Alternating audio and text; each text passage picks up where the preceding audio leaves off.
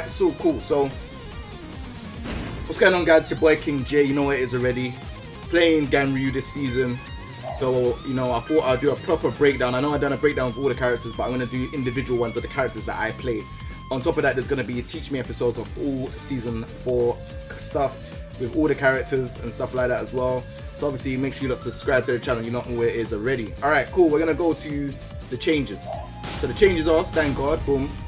So we've got 2-1-2. Change the frame advantage when blocked from -11 to -13. -13 now. Obviously, it force crouches. So you'd have to do like a 13 frame while standing punisher for max punish. So someone like Geese will do while standing 1 core circle back 1. And so forth. You know, all the characters that have 13 frame punishes and while standing. I think this is a good change, and I think that it needed to be that because I thought it was quite brain dead, and you know, I'm keeping it down the middle when it comes to, you know, patch notes and stuff like that, and I think, yeah, he needed it to be -13. So that is a step in the right direction. Alright, so during Tachai, I don't know, I'm just gonna say during his stance, I'm not even gonna say it right. So during his stance, 1+2, they changed the attack start from 26 frames to 23 frames. Now the reason why this is good is because before this, it was not catching nobody. It was very hard to catch someone in this. Like, it was really hard. So changing it to 23, I would just say even 20 would be good. But 23 is alright.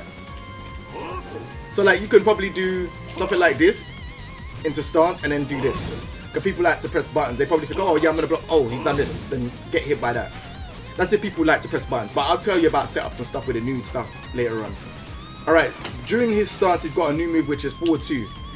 This is launch punishable, -15. Now, I think it's a bit harsh, but you know, you get a combo. So this is a weaker combo to do. But this is just to say to you, like, look, we can get this into bat, into bat. Like, I don't know why.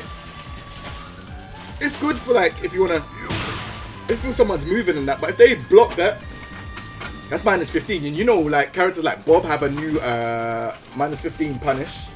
So yeah.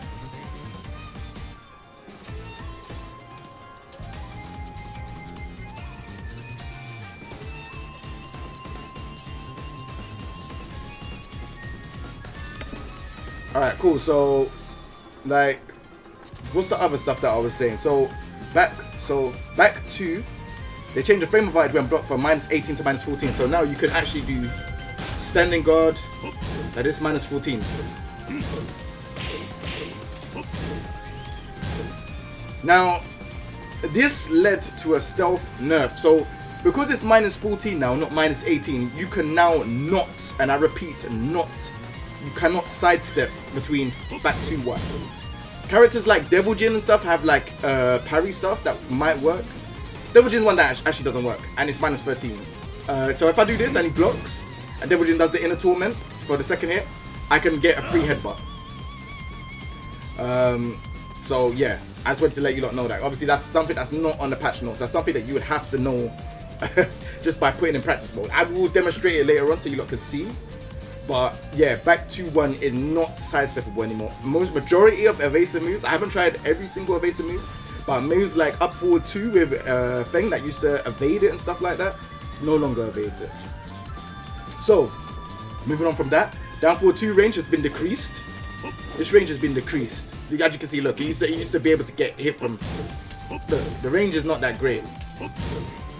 So, you know, people would do down forward 2, and then try to do this, but you have to be real close to get this. Like, you have to be real close.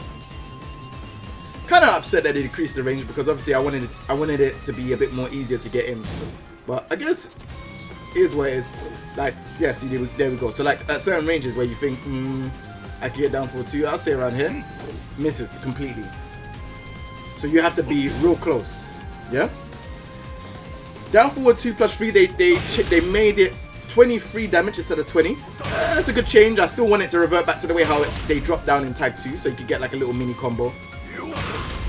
But I feel like they've kind of, I usually do stuff like that, like quick crouch cancel into 4-3+4. That's only if they try to move or get up. That's how it hit. Some people do dash up into 1+2.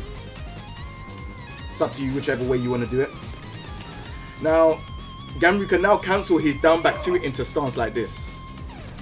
Now, whereas I think this is kind of, it's okay, but it's not really okay because most people can do down back. You could just do this and do, you could crouch, and if you think, oh, they haven't done it, just do crouch jab. You're gonna beat me out of everything because he gets into stance a bit slow. Look, I'm mashing on 1+2. Look, it's too slow. Like if they made the recovery more faster, then it would be better. But it's not really that much of a great change. You can catch people off guard, but I think pro players will catch on to it. Which is why I said that if you are trying to do anything, I would try and go for the power crush. So then, moving on, I would say we've got up forward 1. They increased the lower range of the attack, which is pretty cool. So, you know, if you lot didn't know about this, don't know how many Ganryu mains there are, but I'll explain. So you're plus 12 on this. Before, you used to just get headbutt. So you used to do this headbutt against the wall. That was the thing. You would annoy people down forward 3, down forward 3, down forward 3, and you would want them to duck, and then you do this into this. But obviously in season 3 when Ganryu came out, he's got plus 12, so you could do this into stance. So that means you get 39 damage and you could go into stance. Yeah? So they've increased the lower hitbox, so that's good.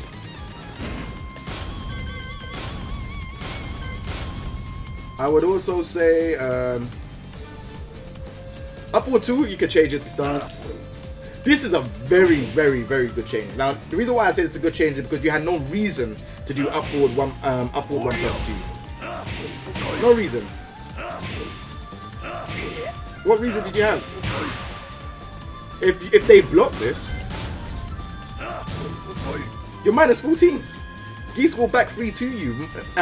You'll get a nice 14 frame punish. There's no reason to throw out this move. However, now, when you do this, you go into stance and you've got access to, I would say the most preferred things I would do in this is if people are like pressing buttons or they're playing like characters like Steve. Steve thing, those are the type of characters that mash buttons. You could do this into that. You could do this into the low dive. You could do this into the mid dive. Or you could do this into the power crush. It's entirely up to you. So I think that's a very good change. And if you feel like, you know, you can even just do it by yourself. It's -8. Do it by yourself. And it high crushes as well. Or if some people say high evasion, whatever way you want to put it. If someone throws out a jab, it'll go. The disc goes under it. Yeah. So you could just do this into this. This into this. This into, you know. If you feel like they're gonna respect and not move, or not press a button, or do a hop kick, go into stance. and that's rapid. Look at the way he just goes down. And then when you feel comfortable, then you let go of this. So, you know, it's a feel. It's one of the things you just have to feel and kind of know that, you know, guess, I would say, it's a guessing opportunity to do something like this. So then now we have up forward 1+2. So they increase the lower range of the attack. Now the reason why this is good is so that when it comes to combos now, you're not going to be missing it as much. And then up, back forward 2. The change of the command is back forward 2+3. So it's this. The only thing I would say is button binders, because sometimes, like you're seeing, sometimes I might get forward 3 instead. So yeah, I feel like they made this more. Wait a second. Oh, it's this one.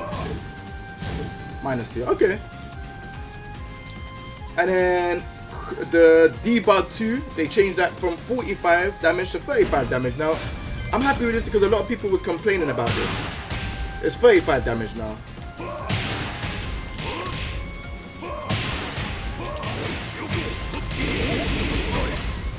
It's not that bad. You lot can get over it. So now he has a new move, which is while standing 1-2. Now he doesn't have the mid-low that we also remember from Tekken 6.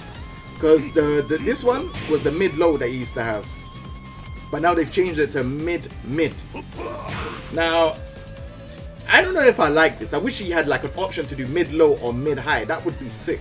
because then he would have a proper full crouch game. But then I guess he has this, and I don't think a lot of people know that this move is actually safe even if you block it. It's -7.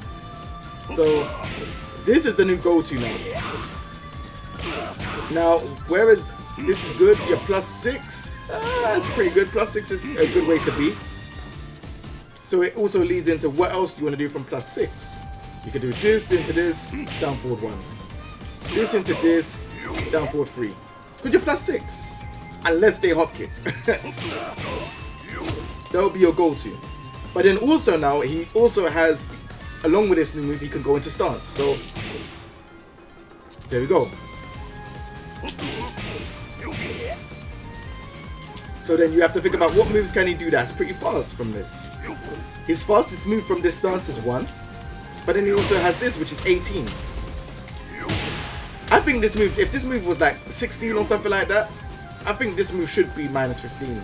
But because it's like a slow kind of move, I don't really understand the usage of it yet. But yeah, those are the new moves for Ganryu and the changes. He also has While Rising 2. This move used to miss a lot of things, but they made him move forward. So that was the reason how they changed this mistake. They made him move forward when he does the While Standing 2. If you can see, look, I'm not pressing forward, I'm just pressing While Standing 2. So that's how they fixed that bug there. Look. So overall, I think Ganryu he's better in this season. He has a lot more things he can use in his stance now, like, you know, this. It's pretty cool. I still wish that he had a manual way to get out of his stance. That would be good. Because sometimes when he does things in his stance and you're like, oh, I want to get out, like, you know, characters like Leroy, Marduk and stuff like that, they have ways to get out of his stance. So it's one of those things. But yeah, back to 1 not being sidesteppable. I mean, that was a problem with the previous game. So like if you think about like Tekken 5, Tekken 6, Tekken Tag 2, people would always, like the top level players, if you try to spam this, they will always sidestep the second hit. They'll block the first hit, sidestep the second hit, God Fist or whatever else. Now you have to respect it. You're +1 as well, so if you do this, you're +1, while standing forward 11 frames. So if they do jab, you're gonna trade with a jab. If they try to jab after this, and you're on hit. But on block, you are -5. And if you want to be cheap and steal your turn, you can do down back 1. Like, this is a cheap tactic. Like, sometimes people don't expect it, but you can just do down back 1 to keep your turn. And if it hits them, you're +6. But you never heard it from me. But yeah, other than that, this is Ganryu, man. Ganryu changes are pretty cool. I'm gonna have fun playing him, man. Like, this is the character I'm gonna play in this season. I'm gonna play him, Bob. Maybe Geese and Gigas. I don't know, we'll see. But yeah, this has been my Tekken 7 breakdown of Ganryu. This is more in-depth than the one that I done before. If you don't like this video, obviously subscribe. It's free to subscribe. So I'd appreciate it. So yeah, let me know. Take it easy, everyone. Peace.